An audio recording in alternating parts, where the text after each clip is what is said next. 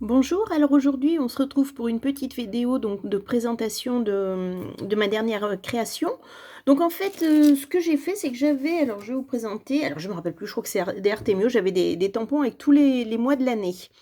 Donc l'idée m'est venue en fait de faire les cartes évolution, c'est pour les enfants, on en voit souvent sur internet, donc avec les chiffres 1, 2, 3, 4, 5, 12, voilà, pour fixer un petit peu la première année de vie d'un bébé. Donc je me suis dit, bah, moi, bon, j'avais pas de jolis chiffres, j'ai dit, je vais utiliser ces tampons dans ce sens-là. Voilà. Alors l'idée, donc, c'était de faire entre une boîte et un livre. Regardez, on a l'impression d'avoir un livre. Voilà.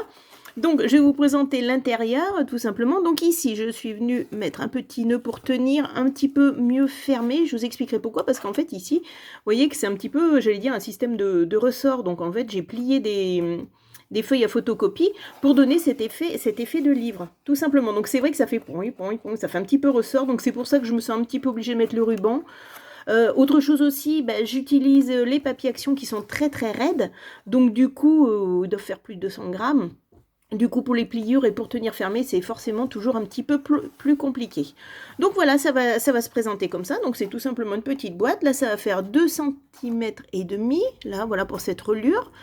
Et à l'intérieur, donc on va récupérer nos petites cartes. Alors, je vais peut-être faire comme ça. Alors, le système du coup de ressort, c'est que ça me permet aussi d'appuyer, de les récupérer. Voilà, parce que parfois, elles peuvent un petit peu s'enfiler dans mes ressorts. Hop, et voilà les 12 petites cartes. Alors honnêtement, c'est très très simple. J'ai utilisé que des tampons, que les papiers. Alors attendez, la petite collection avec les petits pandas de chez Action. Hip, Fresh Fruity, que je trouvais magnifique. Donc je trouvais que ça allait vraiment bien pour un thème un petit peu enfantin. Et donc ensuite, on va retrouver les cartes. Donc l'idée, c'est peut-être par exemple si le bébé est né, admettons, au mois d'avril, donc de démarrer par avril pour avoir la première photo. Alors dans mon esprit, la photo venait se coller derrière et puis devant, on avait une petite illustration. Alors, autre particularité un petit peu de mes cartes, c'est que j'ai pu mettre des choses en relief parce que j'ai de la marge sur cette boîte. Alors quand c'est des pochettes ou des petites enveloppes, comme j'ai pu voir un petit peu sur internet, là honnêtement, je suis pas gênée. Enfin, je vais vous faire voir. Donc ici, la première donc du mois de janvier, j'aime beaucoup les tampons, regardez. Alors l'encre est plus ou moins nette parce que, évidemment, c'est des encres action. Ici, c'est carrément de la mousse. Je ne sais pas si ça se voit. Donc du coup, voilà. Du coup, ça me permet de faire des cartes plus épaisses, de mettre des décos bois, par exemple. Alors là, ici, j'en ai pas mis, mais voilà. Là, je vais venir mettre des fleurs et ça passe très très bien dans la boîte. Je vous remettrai les cartes à l'intérieur et du coup, vous vous rendrez bien compte. Tous les papiers sont les papiers de la collection. Voilà. Les tampons, c'était aussi des tampons que je crois que j'avais trouvés chez Nose. Hein. De toute façon, sur mes seuls fournisseurs, pratiquement, c'est Action et Nose. Voilà, c'est aussi, celui-ci sort de Nose. Là, j'ai trouvé dernièrement. Un peu tout seul, ce tampon, malheureusement, parce qu'il était très joli. Voilà, encore une petite fleur, donc pareil, hein, pas mal de relief quand même. Et voilà, allez.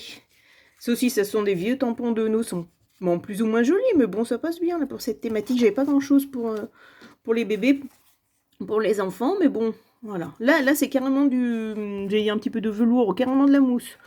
Hop. Là, on retrouve le petit cœur tout à l'heure. Ça, je crois que ça sortait de Lidl, mais il y a très très longtemps, parce que je vais rarement chez Lidl. Voilà, ici, j'ai carrément pu mettre des petites feuilles. J'avais l'impression que le petit paresseux avait laissé tomber ses feuilles en se penchant après la branche.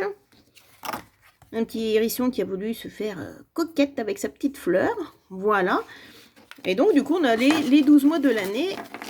Hop, donc vous voyez, du coup, on a ces espaces puisqu'on a du volume. Mais bon, quand je mets dans la boîte... Ah, mais il en reste une. Alors, petite mère, j'ai été oubliée. J'ai oublié le mois de décembre. Voilà, avec sa petite fleur aussi. Et du coup, voilà. Avec mes 12 cartes, je vais les replacer à l'intérieur, comme ceci. Et vous voyez qu'on a encore un petit peu de place. Et moi, surtout, l'idée, c'était vraiment de faire comme un petit livre. Alors après, on pourrait imaginer de faire ça pour chaque année du bébé, hein, pourquoi pas. Ici, on marque la première année, deuxième ou troisième année. Voilà pour cette petite création. Alors, juste une remarque, je ne sais pas si je ferai un tuto. Alors, tout simplement, je vous explique, parce que la dernière fois que j'ai fait un tuto, j'ai eu quelques reproches me disant que on voyait rien, que le papier était mal choisi, qu'il n'était pas assez clair et tout ça. Alors, juste un rappel. Clairement, ça m'a pas fait forcément plaisir. Je ne suis pas démonstratrice ASA, Stampin' Up et tout ça sans faire de pub. Donc, ce que je fais, les papiers que j'utilise, c'est moi qui les paye.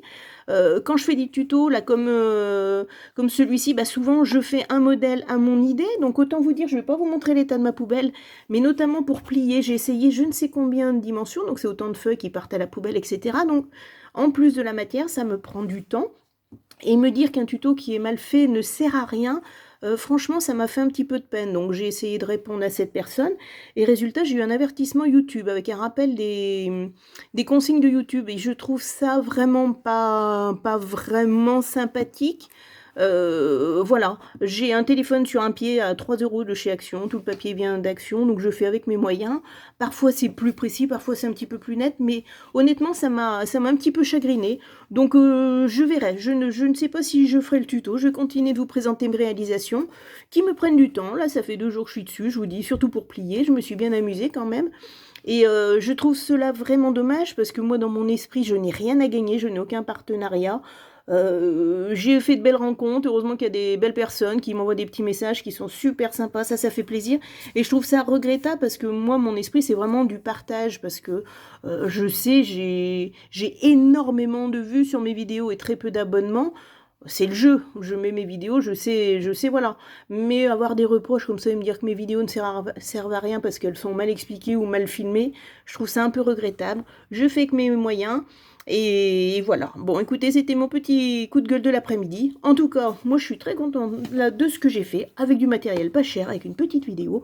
Mais ce qui compte, c'est de se faire plaisir, hein. Eh bien, écoutez, je vous souhaite une très bonne après-midi, et je vous dis à très bientôt.